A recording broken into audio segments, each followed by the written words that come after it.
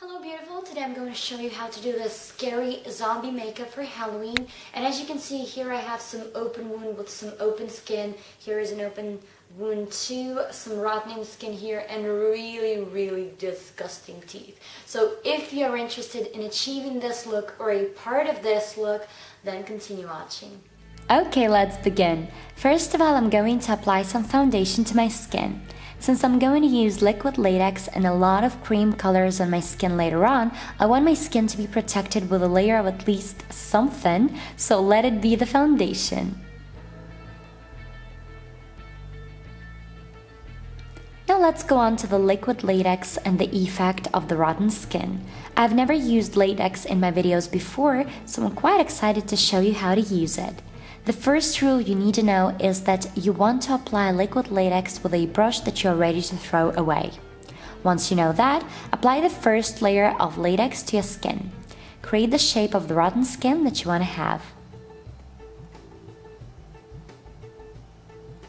Now before you go on to the tissue part, make sure to place the brush that you applied your latex with into the soapy water. Although your brush will never be as good as new, soapy water will protect it from drying and will give you a chance to use this brush again the next time you decide to apply liquid latex. Now take a thin layer of a tissue and dab it on top of your latex background. Make sure that the tissue is wrinkled because it will add to the effect of the rotten skin. Now repeat the procedure by applying liquid latex on top of the tissue and then tissue on top of the liquid latex. I personally have done this around 4 times, and this is how the final result should look like. Let's move on to the open wound effect.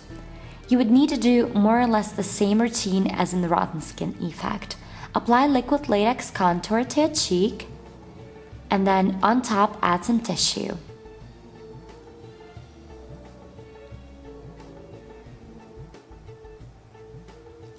Repeat the procedure several times in order for the fake skin to be thicker.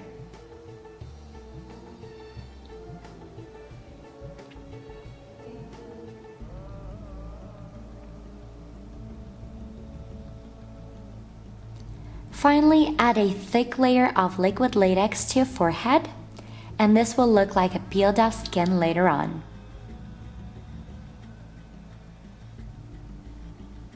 Now let everything dry for around 5 minutes.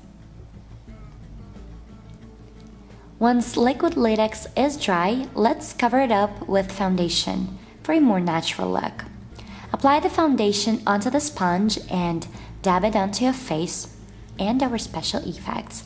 This procedure might take some time, so take it easy. Now let's play a bit with our wounds. On the forehead, you would need to peel off a bit of latex to create the scary effect.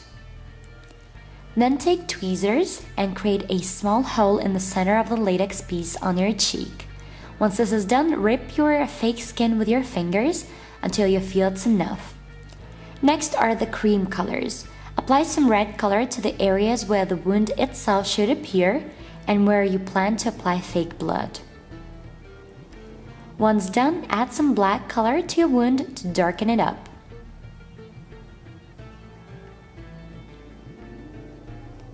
Also add some red color to your so-called ripped skin. Now let's move on to the rotten skin effect.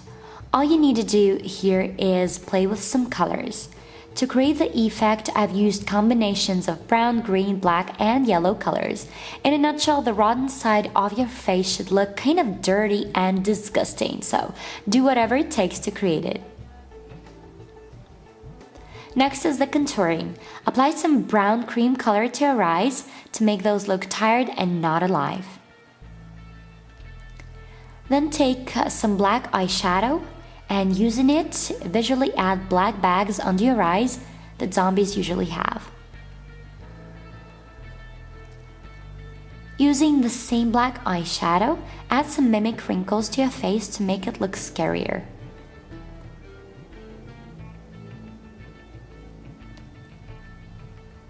And finally, add some black color onto your lips.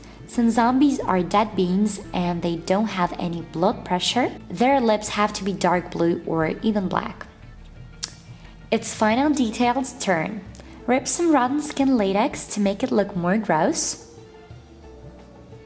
Add fake blood to your open wounds.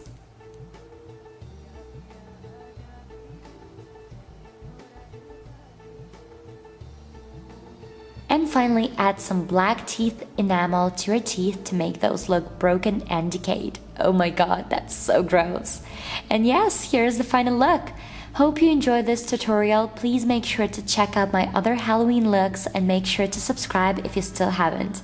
Thanks for watching and see you in my next tutorial. Bye!